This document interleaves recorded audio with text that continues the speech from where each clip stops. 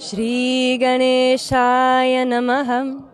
अस्य श्रीरामरक्षास्तोत्रमन्त्रस्य बुधकौशिकर्षिः श्रीसीतारामचन्द्रो देवता। जय श्रीराम। देवराज सेव्यमान पावनाङ्घ्रिपङ्कजं व्यालयज्ञसूत्रमिन्दुशेखरं कृपाकरं नारदादियोगिवृन्दवन्दितं दिगम्बरं काशिकापुरादिनाथ कालभैरवं भजे भानुकोटिभास्वरं भवब्धितारकं परं नीलकण्ठमिप्सितार्थदायकं त्रिलोचनं कालकालमम्बुजाक्षमक्।